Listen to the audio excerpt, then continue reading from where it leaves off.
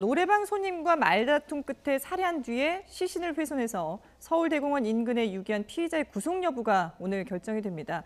자, 이 불법 도우미 영업을 신고하겠다고 피해자가 그렇게 얘기를 하니까 이제 우발적으로 범행을 저질렀다라고 자백을 했거든요. 그건 전적으로 그 피해자의 얘기입니다.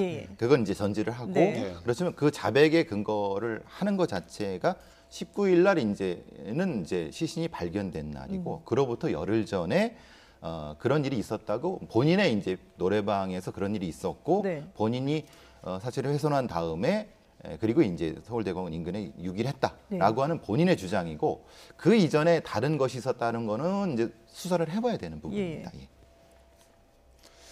이 범인이 지금 범행 직후에 노래방 안에서 피해자의 시신까지 훼손하고 시신을 또 서울대공원에다가 갖다가 유기하고 뭐 잔혹하기 짝이 없는데요. 범행 이후에도 열흘 동안이나 노래방에서 시신을 옆에 둔 채로 지냈다는 겁니까? 그렇습니다. 지금 이제 바깥에는 휴가라고 이렇게 A4 용지로 써붙이고서 그 안에서 숙식을 했다고 그래요. 그러니까 이 사람이 다른 집이 있는 것이 아니고요. 이 노래방을 인수한 다음에 여기서 숙식을 했다 그러는데 외로운 늑대형 뭐 이런 사람인 걸로 보여지고요. 그다음에 피해자도 사실은 다른 사람하고 교류가 별로 없는 혼자 사는 사람인 걸로 보여지거든요. 그래서 안에서 이렇게 이제 범행을 하고 완전 범죄를 노린 것 같아요. 그렇게 하면서 시신을 훼손한 다음에 이것을 이제 처리함으로써 왜냐하면 이 지금 그 노래방에 왔던 피해자가 다른 어떤 일행이 없었고 말이죠. 그랬는데 그것이 사실은 자기 딴에는 그 숲풀에 버리면 그것이 발견이 안 될 것으로 생각한 것으로 보입니다. 이게 단순히 우발적인 범행으로 봐야 되는 겁니까? 원인이 참 일반적으로 보면 납득이 안 가는 그런 거 아니겠습니까? 생면 부지의 사람을 거기서 이렇게 다툼 끝에 살해하고 잔혹하게 살해하고.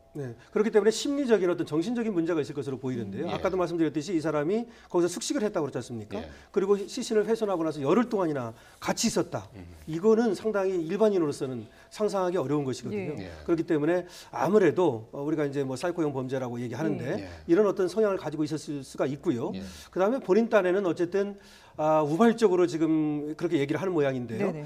도우미 그 문제로 몇 번이나 걸쳐서 이제 상당히 자기를 화나게 만들었다 뭐 이런 얘기인 것 같은데요. 요새 이제 많이 그런 범죄가 분노형 범죄가 벌어지는데 이것도 사실은 그 분노형 범죄의 일종이고 정신적인 어떤 문제가 있는 사람의 범죄가 아닌가 이런 생각이 지금 듭니다. 모자 쓰고 마스크까지 이렇게 착용한 상태 아니겠습니까? 그래서 지금 저렇게 잔혹한 범인들에 대해서는 지금 신상을 공개하고 있지 않습니까? 얼굴도 공개하고 그런 심사를 오늘 하는 것 같은데요, 경찰에서. 지금 이제 그 신상 공개 위원회라고 있습니다. 경찰에서 그 위원회가 있는데 그 위원회를 거쳐 가지고 공개를 할 수 있습니다. 그래서 아무래도 이제 공개를 빨리 이제 여부를 결정하기 위해서 빨리 소집했다고 그래요. 그래서 중대 범죄고 잔인한 범죄고 말이죠. 그리고 피해가 심각한 범죄 이런 범죄는 그 특례법에 의해서 공개를 할 수 있도록 돼 있습니다. 그래서 아무래도 공개를 하지 않을까 생각은 되네요.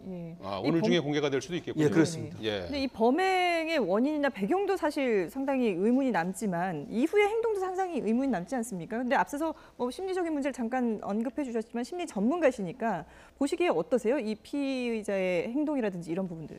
그러니까 범행을 했을 때와 범행 이후의 부분을 연결해 봐야 되는데요. 이 범인이 그 도구하고 이것을 아주 정갈하게 놨다고 합니다. 사실은 그건 굉장히 우리가 보통 이걸 조직적 범죄자라고 하거든요. 그러니까 그럼 이제 동기가 우발적이라고 하지만 행동은 조직적인 부분이죠. 그러면 이건 이제 저희 같은 사람이 할 때는 반사회 인격장애 테스트를 반드시 합니다. 왜냐하면 이 사람은 무적자를 알아보고 본인의 외로운 늑대형의 범위가 나타났다고 하면은 이거는 사실 이 사건만이 아니라 다른 사건도 분명히 연결될 수 있다고 판단을 해야 되는 게 맞습니다. 그래서 반드시 사이코패스 테스트를 통해서 이 여죄 부분을 확인해서 해야 된다고 봅니다. 잠시 뒤에 수원지방법원 안양지원에서 영장 실질 심사를 받는다고 그래요. 20분 뒤에 받게 되는데요. 이제 구속 여부를 이제 가리게 되는데요. 그렇습니다. 어떤 혐의가 적용될 것 같습니까? 결국은 뭐 지금 살인 범죄 아니겠습니까? 그래서 그 살해의 동기라든가 원인 이런 것들이 나타날 텐데 본인이 이제 살해를 했다고 얘기를 했습니다. 그리고 범행 도구도 발견이 됐고 시신도 발견이 됐고 그래서 혐의는 입증이 됐다고 볼 수 있고요. 아무래도 이제 이게 뭐 강도 살해인지 뭐 그냥 살해인지 이런 것들은 지금 더 밝혀져야 될 부분입니다만은 살인 범죄로 이제 결국 구속이 될 것 같습니다. 알겠습니다. 배상훈 전 서울경찰청 범죄심리분석관 강신업 변호사였습니다. 두 분 고맙습니다. 잘 들었습니다.